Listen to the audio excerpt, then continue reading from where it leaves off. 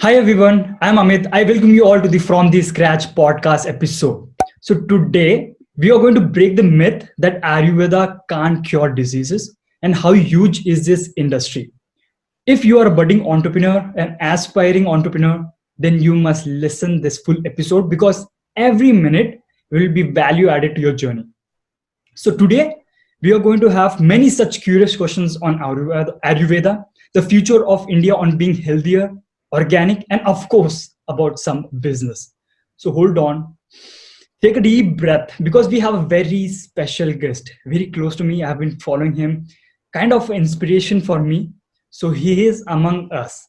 He is the CEO of Dr. Vaidya with 150 years of Ayurvedic heritage, listed in Forbes 30 under 30 Asia, and a person who loves to travel and explore a lot. So, with not wasting much time, introducing to the man himself, Mr. Arjun Vaidya. Hello, Arjun. Yeah, Amit, thanks so much for having me and thanks for the introduction. Same here, man. Hopes you are safe and well in this pandemic and all this kind of a chaos. Absolutely. Yeah, and I am safe and I hope you are too. Same here. Thank you. Thank you so very much. The very first direct question is like, uh, it's a long journey. The company, like 8 years, right? So it's a very long journey. The legacy, it has been still maintained. But the thing is, were you interested into this business legacy to join, continue, and grow, scale even more, which is now, or like you So had some other different plans? I think the company is not 8 years old, actually, it's 4 years old. But my family legacy in Ayurveda is 150 years. And so that's what got me interested in the legacy, actually. My grandfather, great grandfather, and sort of generations before Ayurvedic doctors. As a family, our last name Vaidya means Ayurvedic doctor, and we own 100 plus proprietary formulations passed down from generation to generation. There was no business until 2016. My dada ran a clinic, so did my great grandfather. Thousands of patients used to come to my dada's clinic on a monthly basis, actually 300 per day. Ooh. It come see treatment was free, consultation was free, and medicines were chargeable. And my dada built a very strong reputation and a very strong brand, right? And I grew up with this, right? So I grew up suffering from juvenile bronchitis. I suffered from asthma. I was on pumps, nebulizers, steroids, medicine, all of that growing up. I was stopped from playing cricket by my grandfather because there was too much dust on the cricket field. Oh. And so I grew up with Ayurveda. After 14 years of painstaking treatment, I was cured of asthma and I was able to play cricket again. And so I grew up with a belief in Ayurveda, family legacy, as well as personal experience. I went to the US to do my undergrad when I was 17 and a half years old in 2009. I saw a move towards natural organic products. I saw yoga being repackaged. And I thought to myself, why can't we do this with Ayurveda?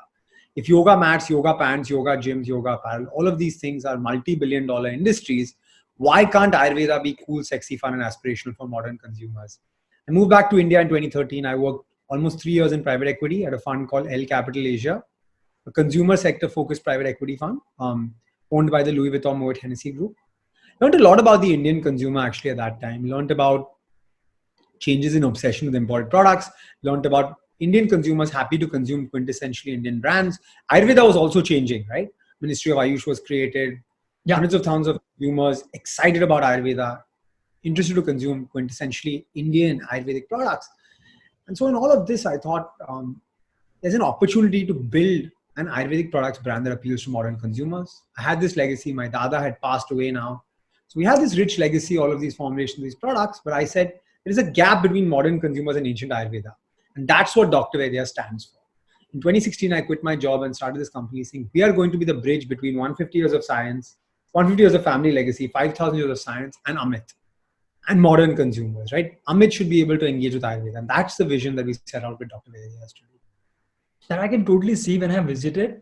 It was like it's a totally automated website, but still I can see a connection. Like through the bot, the questions over there, a lot more I've seen. Like if I don't know more about Ayurveda, so there you have given the points like, okay, they're for thyroid or for some headache or stress or all this stuff. So it was very relatable. So like as many entrepreneurs have fear to start something of their own, and like in the background they want to start something of their own, and even I have discussed with you that I have an idea, still not started. So is this a fear or a laziness or anything? What is this? It's a fear, and I think the fear is not completely unwarranted, right? If you think about it, because it's the fear of the unknown. And as a human being, you have the fear of the unknown a lot, right? And so I think there's no harm or issue in having this fear. The question is understanding the fear and taking the plunge, right? And I think that's where a lot of people sort of lose sight of it. There is fear. There's always fear. Like today, I've been running my company for 4 years, but I don't know what tomorrow holds for me. And so I have fear as well. The fear never goes away. But it's about taking that fear positively, taking that nervousness, that excitement. Every time we launch a new product, we're like, have that same nervousness, right? It's a new baby. It's coming to the world. Will it be successful? Will we be able to make it happen? Yeah. And so I think the fear is there. There's a reason it's there. But taking the fear positively, rising above it, and sort of making things happen by taking the plunge is critical for any entrepreneur. Got it. And recently, I've seen you have the company have introduced a it's kind of a mint chocolate like such. No, it's actually an effervescent tablet. It's a fizzy tablet. It's called Herbo Fizz. It's amla in a sort of effervescent tablet. So we launched that last week. We'll have, I think, 8 new launches coming up next week as well. So we have a bunch of exciting things coming from Dr. Vaidya's. Crazy. So like if someone has an idea, so how they can validate his or his idea? Is it right or not? Should they start? How they can get the belief? Well, I think there's a lot that goes into that validation process, right? But I think the first and most important thing that people need to do is actually speak to customers, right? So for us at Dr. Vaidya's, our 7th and most important philosophy is customers are reason for being. And I say this because there are a lot of people who come to me and sort of discuss ideas, but they have built the idea for themselves. Or they are so sold in building the product that they don't understand whether there's a need for the product. So I think validation has to come from customers and not from yourself. Because you like the website, because you like the app, because you like the journey, doesn't mean it's a journey that hundreds of thousands of customers will be willing to take. And so really being customer centric and customer focused is critical for validation of product. The first 1,000 customers have to love your product, right? And so building for customers is critical. Got it. So like before entering for validation, you mean you need to do a proper market analysis? Yeah, I don't like these big words, market analysis, customer likability test, market research report, all of the focus group discussion. Just go and speak to customers. I think all of these things are complex words for there is a product, there is a market. Does the product fit the need of the market? That's all. However you may do it, talk to customers, do an analysis, read research reports, read analysis, go research competitors, go find gaps in market, whatever you may do. There is a product, there is a market, the product has to fit in the market. That's critical. Got it. Without overcomplicating it, right? Yeah, got it. So like for a business owner, like who's purely working offline and not dependent on it, like not dependent on an online like such, he's still into offline. So what's your thought on this? Like what are the steps they need to take care, or what are the things they are doing wrong? You're talking about a business owner who does just offline? Yeah. Well, I think online, offline, B2B, B2C, these are all sales, and there's nothing wrong in doing just offline, right? It's about what is your product? Does the product make sense for the offline market? What's your differentiation? What's your moat? And how do you then market to customers? So whether it's online, whether it's offline, whether it's B2B, whether it's B2C, it's business at the end of the day, right? And business principles stay the same regardless of what you're doing. And so I think understanding these basic principles, like what's the business model, what's the product, what's the differentiation, how do you market to customers, that stays in any business, offline, online, wherever you go. Getting. So like sometimes Arjun, I feel like full mehnat karenge, build the business empire, will grow, help others also. But sometimes even I get this feeling of let's enjoy this moment also, let's enjoy this age. So I'll just get confused. I don't know why this happens to me or this happens to everyone. So tell me more about that. Like, what do you say? Okay, I'm working too hard. I'm not getting to enjoy my time. For example, like I love doing business. From long years, I just work on some ideas. I love to do work. So it's like a lot of work. I love that. But sometimes I feel like, am I doing right? Am I only doing work? I shouldn't need to spend this time on enjoyment also sometimes in this age. So that's an entrepreneur's dilemma, right? It's always an entrepreneur's dilemma. I'm always the last person at any party. I'm always the last to reach a friend's destination wedding. I'm always the person showing up late. And people make fun of that. The reality is I'm at work, right? And so I think what's important is being there where you want to be, whether you're 1 hour late or you're 1.5 hours late, you're there still, right? And if your work stops you from being there at all for your family, for your friends, for your loved ones, and being the person you are, then it's a problem. If you're 1 hour late, I personally as an entrepreneur don't think there's a big issue. You're 1 hour late, you're 1 hour late. It's fine. You just got to move on with life, right? But if you're not able to do anything, if your work is overburdening you, if you're feeling burnt out, if you're feeling too stressed, you need an outlet, right? And so I usually use Sundays for that outlet. Like every Sunday at like 8 o'clock, I go for a 7 to 8 kilometer run, and I absolutely love it. And I need it every Sunday. And even if I have a call and I'm running a little bit late, I'll push the call back because I want to do my run, and I'll do it tonight as well. Kidding. So I think balance is critical, but for entrepreneurs, that balance is not like a normal 9 to 5 job type balance. Maybe it's an 80-20 balance as opposed to a 50-50 balance. But finding that balance that keeps you sane is very important. Getting. So that 20% balance will help in increasing that 80%. Like absolutely, the productivity will increase as well, right? Yeah. So it's a very important and the most awaited question. I asked you before this also. I just want your brief into this, like 100% cure. Can it be 100% cure of any disease or any kind of anything which can be done through Ayurveda? Yeah, so I'm completely cured of juvenile bronchitis using Ayurveda, but that doesn't mean that Ayurveda can 100% cure everything, right? So I think the critical principle here is that Ayurveda believes that every human body is made up of a different composition of the 5 elements: earth, wind, water, fire, and space. Into your Ayurvedic personality, the dosha, right? Vata, Pitta, or Kapha. Now, every body is different. Every ailment is different. Every individual is different. Ayurveda genuinely believes in this. So when people say, can you 100% guarantee me you'll cure this? I don't know what your body type is, what your ailment is, how long you've been suffering for, what level is, what stage it is, what your diet is, what your lifestyle is. Ayurveda is holistic, right? So you take into account all of these things. And so the paradigm has to change, right? The thought process has to change. Have these medicines been successful? Yes. Have they been around for donkey's years? Yes. It's been 5,000 years that Ayurveda has been in existence. COVID came and went. COVID came and will go. Spanish flu came and went. World wars came and went. Ayurveda still stood the test of time, right? Ayurveda didn't go away. So that it's cured hundreds of millions of people, maybe even billions of people over the last 5,000 years. Yes, it has. But that doesn't mean that what you're suffering from is not unique. And so understanding what you're suffering from is also critical. But yes, we have the good fortune of having years and years and years of history and legacy behind us, and years and years and years of successful cases and successful medical treatments behind us. Got it. So this Ayurveda requires a consistency. It's not like just a tablet and just kill off. Absolutely. So there are tablets. It's not like they're not tablets.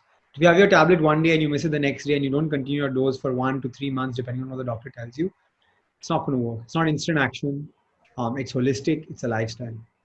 So even I visited your website. I've seen there's a tool where we can see we are like Vata, Pitta, and like there are 4 elements. Dosha test. Yeah. Dosha test. Vata, Pitta, or Kapha. There is a question and answer. We need to just click, and at the end we will know which one is that.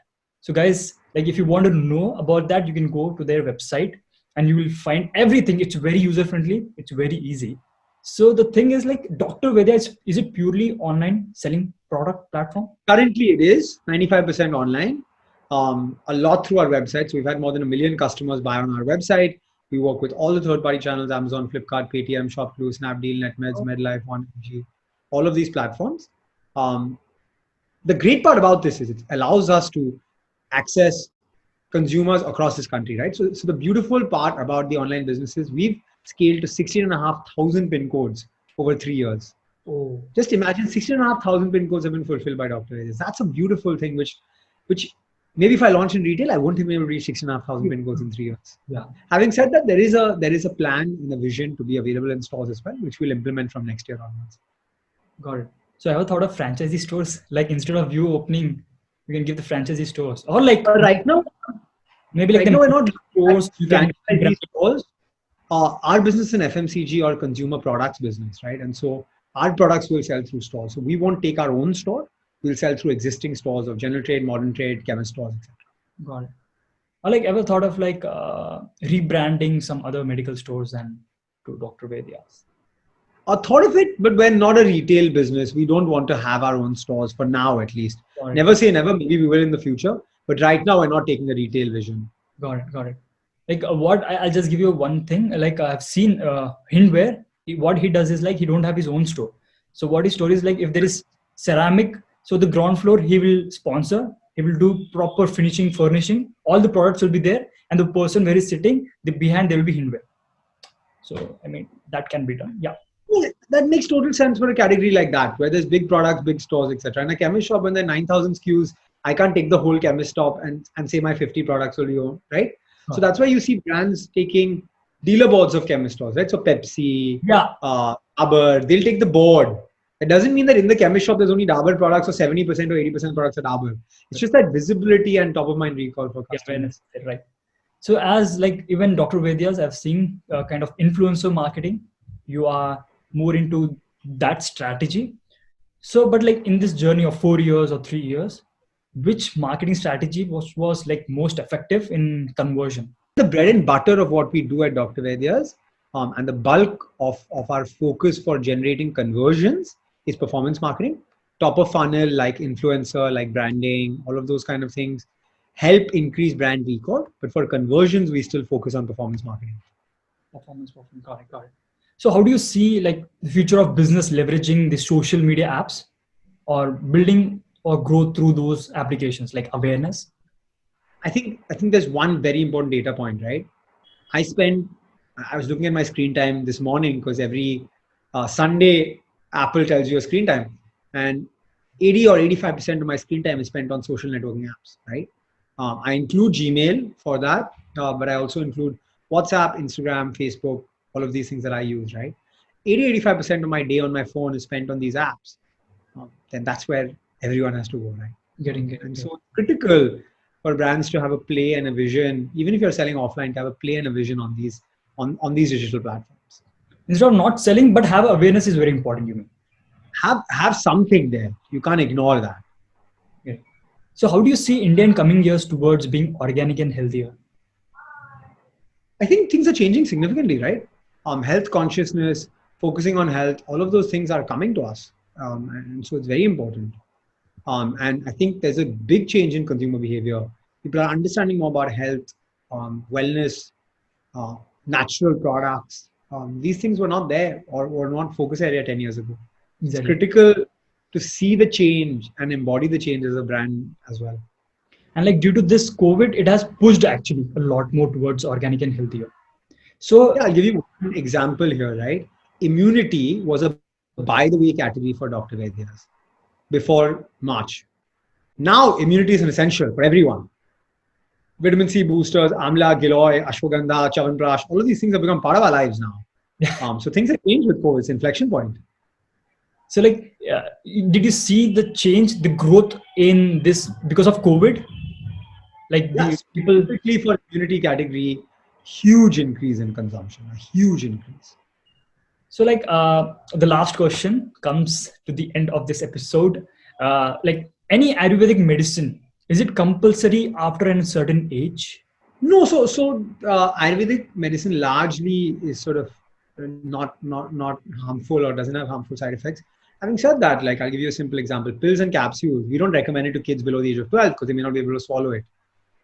So each of the medicines that you consume in Ayurveda in general, I would say the advice to consumers is read the labels carefully. If you don't have enough information on the labels, consult the brand or the doctor who's giving you the medicine, and look for a license number as well. Look for buying licensed approved medicine. When you buy an Ayurvedic medicine, look for the manufacturing license number, because once you see that, you know the medicine or the brand is sort of approved by the Ministry of Ayush. Okay. Yeah, like I got tempted by seeing into your website even soon. I have few personal questions which I will ask, and then I'll go through its website and I'll get few stuffs. So it was a short session and I really so much grateful, and thank you so very much for taking out time from your busy schedule, and this weekend you have taken time. So thank you. It means a lot. So guys, that's it from my side. Hope so, as I told in the initial of the episode, that every minute is value added into your life. So guys, that's it from my side. See you in the another one. Until then, take care, keep smiling. Bye bye.